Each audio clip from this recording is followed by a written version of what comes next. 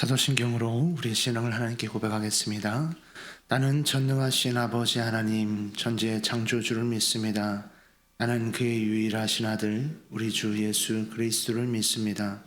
그는 성령으로 잉태되어 동정녀 마리에게서 나시고 본디오 빌라도에게 고난을 받아 십자가에 못 박혀 죽으시고 장사된 지 사흘 만에 죽은 자 가운데서 다시 살아나셨으며 하늘에 오르시어 전능하신 아버지 하나님 우편에 앉아 계시다가 거기로부터 살아있는 자와 죽은 자를 심판하러 오십니다. 나는 성령을 믿으며 거룩한 공교회와 성도의 교제와 죄를 용서받는 것과 몸의 부활과 영생을 믿습니다. 아멘. 우리 함께 찬송가 539장 우리 함께 찬양하겠습니다.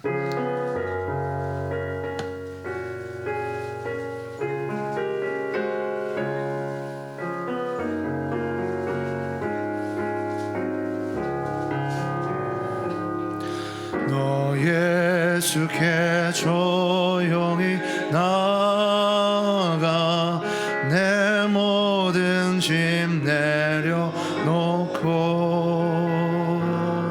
주 십자가 사랑을 믿어 죄사함을 너 받으라.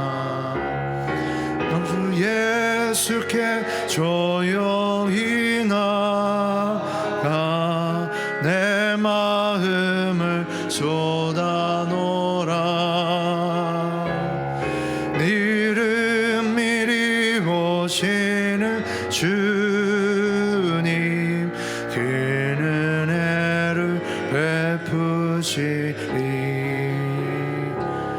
주 예수의 은혜를 입어 내 슬픔이 없어지고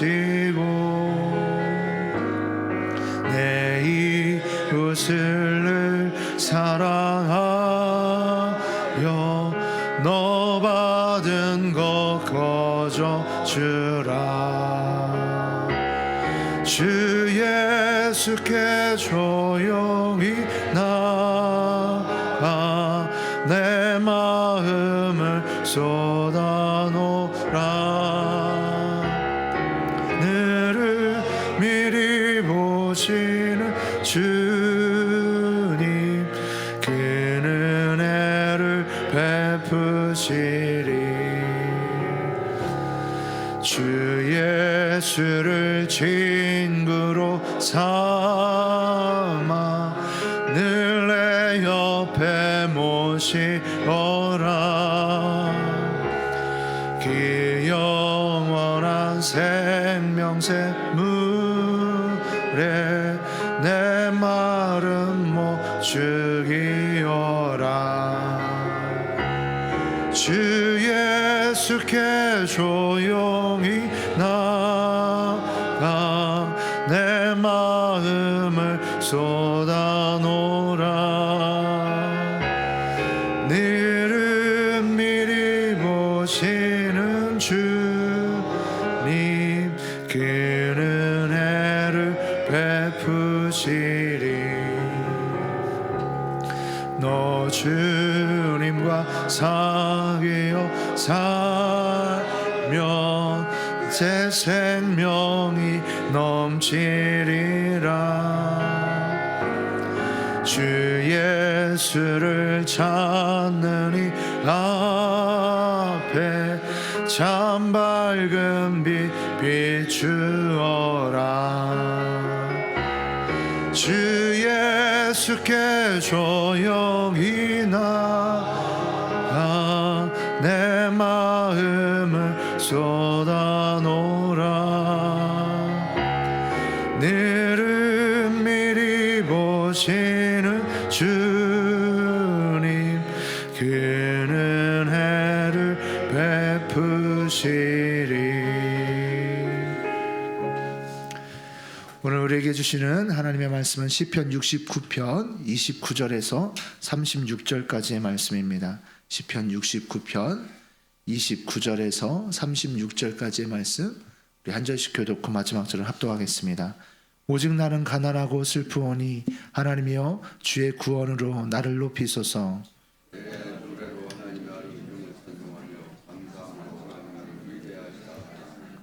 이것이 소 곧 뿔과 굽이 있는 황소를 드림보다 여호와를 더욱 기쁘시게 함이 될 것이라. 공고한 자가 이를 보고 기뻐하나니 하나님을 찾는 너희들아 너희 마음을 소생하게 할지어다. 여호와는 궁핍한 자의 소리를 들으시며 자기로 말미암아 갇힌 자를 멸시하지 아니하시나니.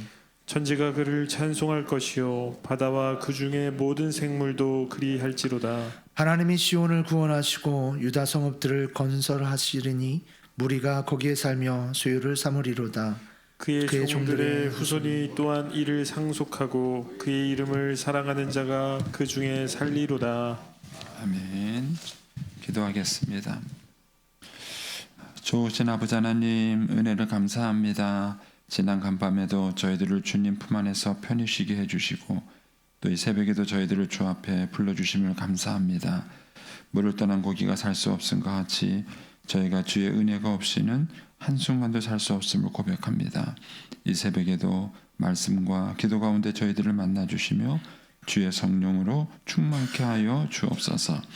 주님께 11조 예물과 감사 1,000번째 예물 그리고 또 사랑의 연단 후원금을 드립니다. 하나님 아버지, 믿음으로 또 순종으로 감사를 드리는 예물을 주님이 기뻐 받으시고 약속하신 하늘의 복과 땅의 복으로 충만하게 채워 주옵소서. 주의 은혜로 종의 가정들을 형통케 해주시고 또 그 자녀들을 축복하여 주옵소서. 예수님의 이름으로 축복하며 기도하옵나이다. 아멘. 이 새벽에도 주의 은혜와 축복이 함께 하시기를 축원합니다.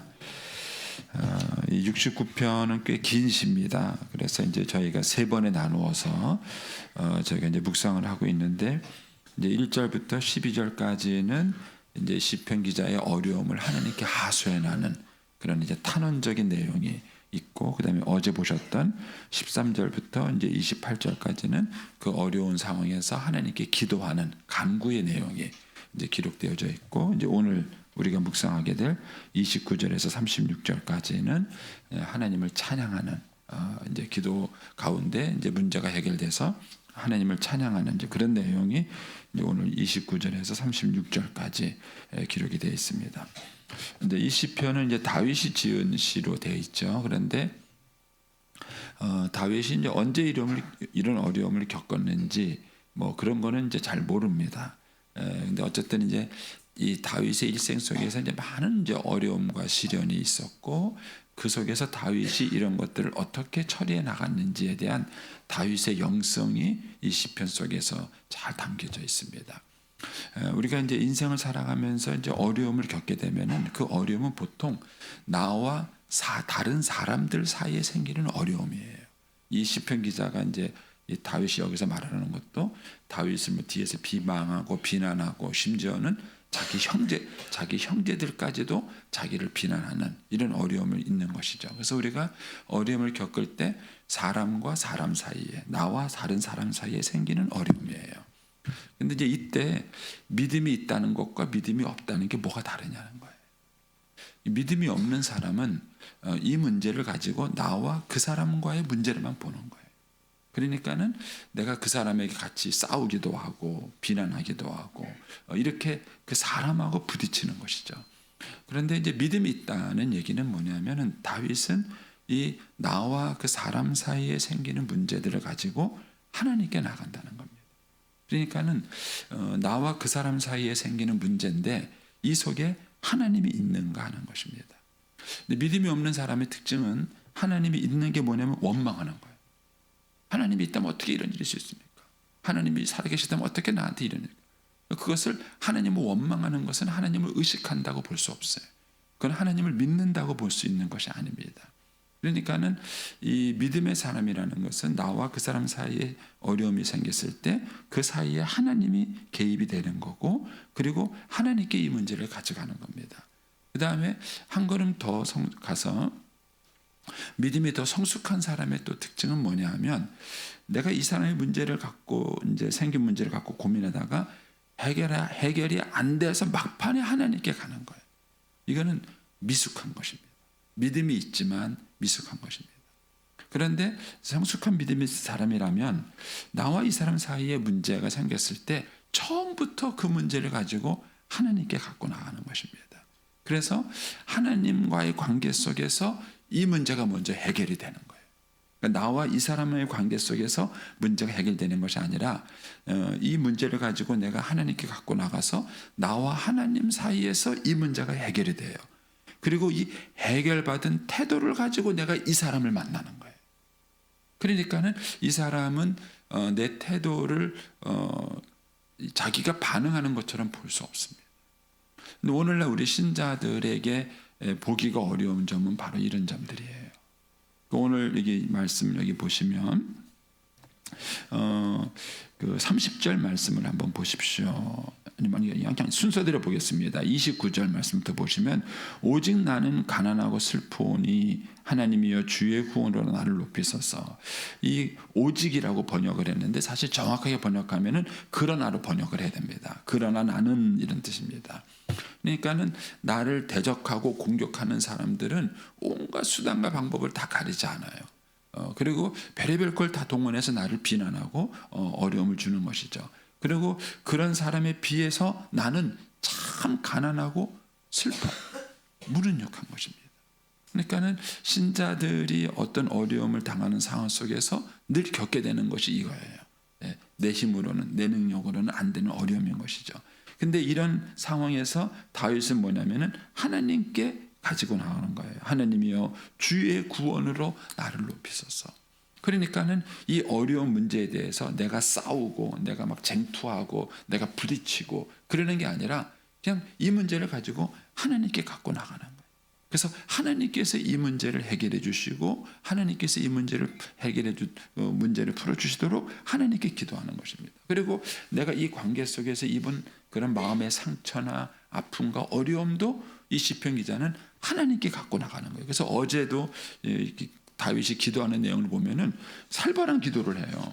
상대방을 막 굉장히 저주, 그들의 거처가 황폐하게 되게 해주시고 하나님께서 그들의 죄악에 죄악을 더하사 그들에게 심판해 주시고 뭐 그냥 굉장히 살벌한 얘기를 합니다. 이거는 다윗이 갖고 있는 이 사람에게 입은 상처에 대한 감정적 반응이에요. 근데 이거를 그 사람에게 쏟아놓지 않고 다윗은 하나님께 쏟아놓는 거예요. 이 감정을 하나님께 다 쏟아놓고 그리고 이 사람을 만날 때에는 해결된 거예요. 자기의 그 답답하고 어려운 감정들이 해결되고 그리고 이 나에게 어려움을 준 이 사람을 만나는 것입니다. 그래서 이 시편 기자의 첫 번째 영성은 자기의 문제를 가지고 하나님께 가지고 나갔다는 거예요. 그래서 여러분들도 인생의 어려움과 시련이 왔을 때 어떻게 대처하는가? 뭐 간단하게는 부부 사이부터 시작해서 또 형제들 사이, 또 우리가 직장에서의 사이, 뭐 교회에서의 사이 이런 모든 경우에 우리가 이것을 다 생각해 볼 수 있어요. 그러면은 우리가 이런 어려움들을 가지고 하나님께 하소연하고 나면 하나님께서 이 문제를 해결해 주세요. 뭐 문제 자체를 해결해 줄 수도 있지만 일단 내 안에 생긴 복잡한 것들을 먼저 해결해 주시는 거예요. 내가 입은 마음의 상처, 뭐 억울함, 분노 이런 것들부터 내 안에 있는 감정을 먼저 해결해 주시는 겁니다. 그래서 내가 이 사람을 만날 때에는 마치 상처받지 않은 사람처럼 마치 내 마음에 평온한 마음을 갖고 있는 것처럼 내가 이 사람을 만나는 거예요. 그래서 이제 거기에 30절에 가면 다윗이 이렇게 말합니다.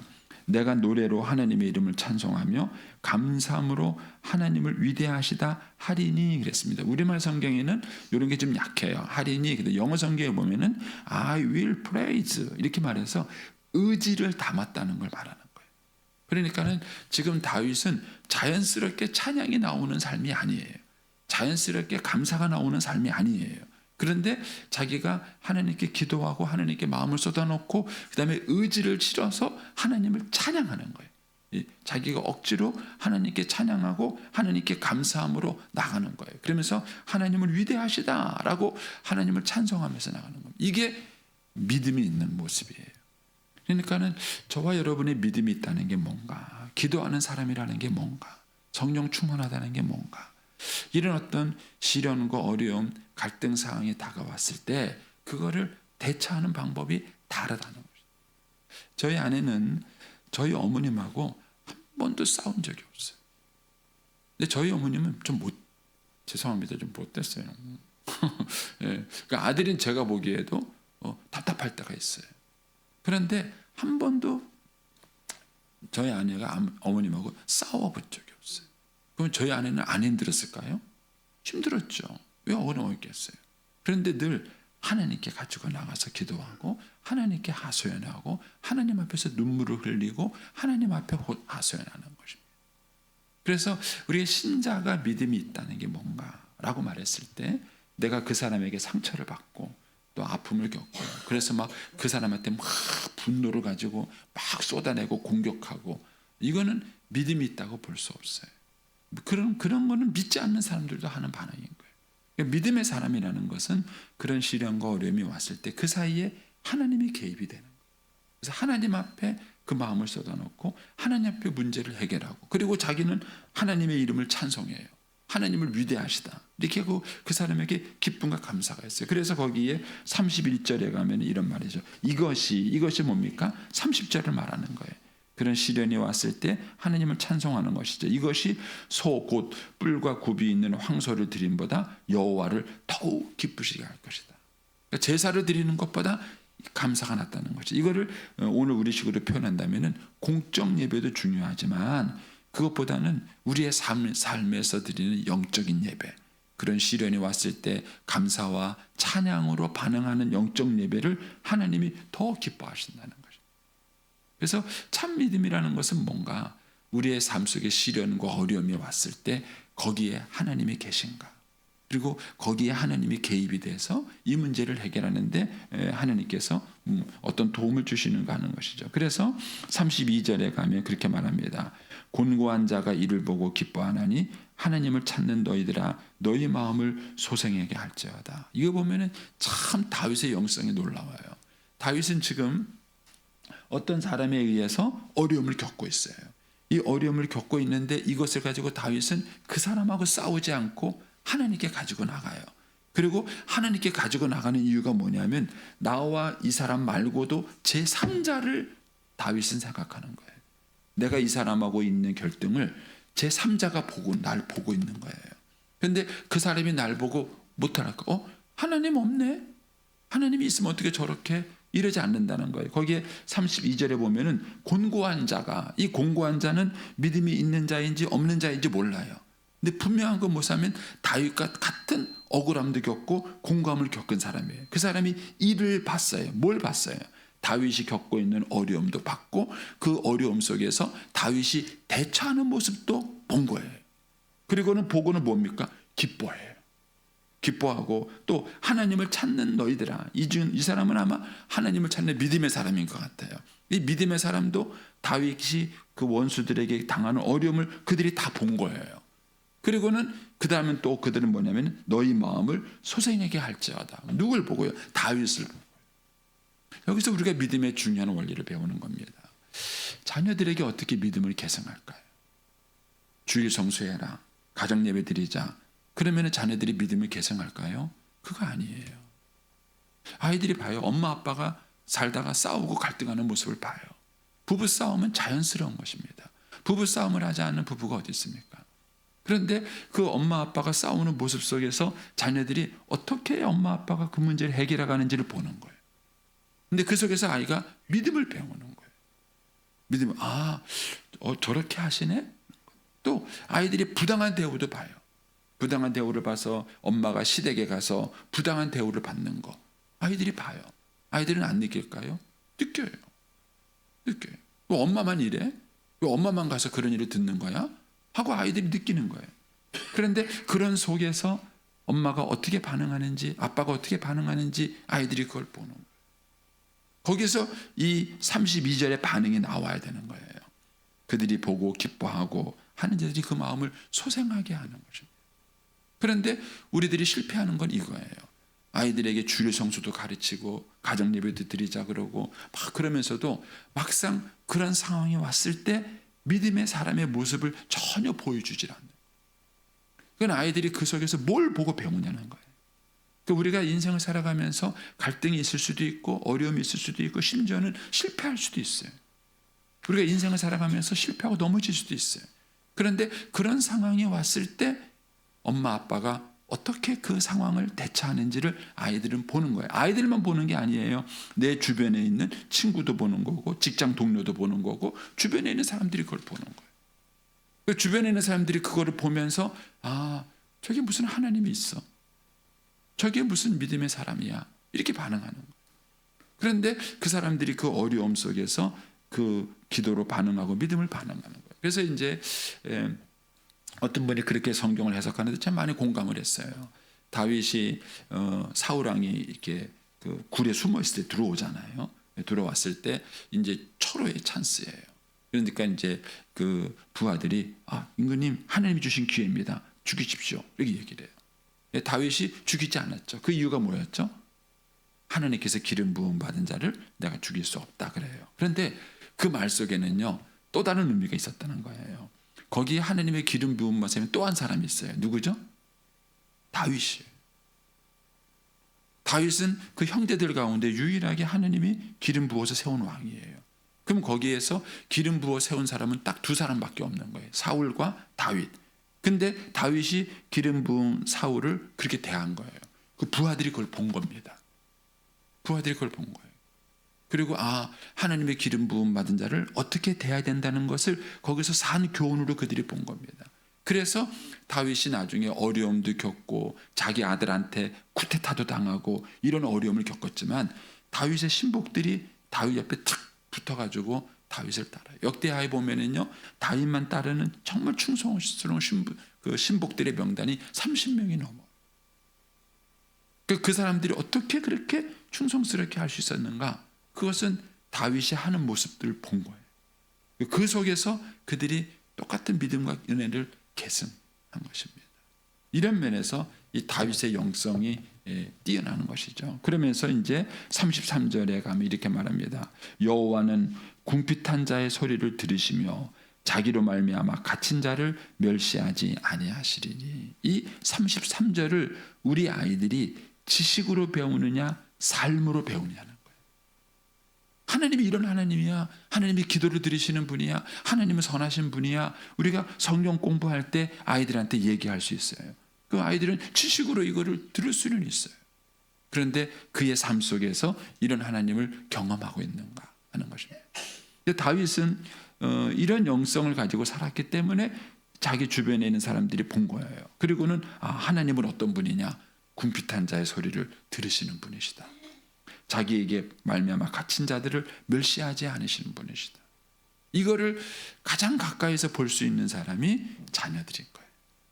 그래서 자녀들이 부모의 삶을 보면서 정말 하나님은 살아계시다. 정말 하나님은 기도를 들으신다. 이것을 배우고 경험할 때 그 신앙의 계승이 이루어지는 겁니다. 그래서 이게 어디로 확장되느냐 하면은 34절에 가면 이렇게 말해요. 천지가 그를 찬송할 것이요. 이제는 자기 문제에서 그것이 가까이에 있는 어려운 사람들에게 확장되더니만 이거는 온 천지로 확장이 되는 거예요. 그래서 천지가 그를 찬송할 것이요 바다와 그 중에 모든 생물도 그리할지로다. 저는 우리 부여중앙교회가 부여에서 제일 큰 교회잖아요. 그런데 저는 우리 교회가 어떤 모습을 보여줄까? 제가 코로나를 지나면서도요 이것 때문에 고민을 정말 많이 했어요. 코로나 상황이 지나니까 처음 닥친 상황이잖아요. 처음 닥치는 어려움이니까는요 사람들이 저한테 물어봐요. 목사님 어떻게 하실 거예요? 이번 주 예배 드리실 거예요? 모이실 거예요? 저도 모르겠어요. 저도 처음 당하는 그 일인데 그걸 어떻게 겪어요? 그래서 제가 기도를 많이 했어요. 하나님 저거 어떻게 됩니까? 왜냐면은 부여중앙교회가 이렇게 하니까 다른 교회가 따라 하는 거예요. 저 교회가 저렇게 하니까 우리도 이렇게 하네. 그때 제가 참 많은 걸 느꼈습니다. 우리 부여중앙교회가 어떻게 하느냐 하는 것이 이 부여 지역에서 하나님의 믿음을 보여줄 수 있는 중요한 샘플이 될 수 있어요. 근데 만약 우리 교회가 돈으로만 일을 한다 그러면 저희는 큰 교회니까 돈 많으니까 이렇게 돼요. 절대로 다른 사람한테 믿음의 영향력을 못 칠 겁니다. 저건 저 교회는 할 수 있는 거예요. 근데 만약 우리 교회가 어떤 이런 여러 가지 상황 속에서 정말 믿음의 삶의 모습을 보여주고 믿음으로 해결하는 것을 만약에 본다면 그것이 저는 우리 지역사회에 굉장한 샘플이 될 수 있을 거라고 생각합니다. 우리 교회가 어떤 영향력을 미치고 있는가, 주변에게 어떤 모습을 보여주고 있는가 하는 것입니다. 그런데 이 다윗이 겪고 있는 어려움이, 여러분 1절부터 한번 쭉 읽어보세요. 1절부터 읽어보시면 1절부터 12절까지는 순전히 개인적인 어려움이에요. 자기가 사람들에게 당하는 비난, 조롱, 그리고 자기를 멸시하는 이런 개인적인 조롱이에요. 그런데 끝에 와서는 뭐로 확장되냐면 천지로 확장이 되는 거예요. 다윗이 자기가 개인적인 겪었던 그 어려움을 그 다윗이 믿음을 가지고 영성으로 올바르게 대했을 때 그게 자기 문제로만 끝나는 것이 아니라 자기 주변에 있는 사람에게서 더 나가서 천지로 확장이 되는 겁니다. 그래서 천지가 그를 찬송할 것이고 바다와 그 중에 모든 생물도 그리할 것이다. 33절에 가면은 하나님이 시온을 구원하시고 유다의 성읍들을 건설하시니까 하나님이 나를 구원하시고 나를 세우리니 이렇게 말하지 않아요.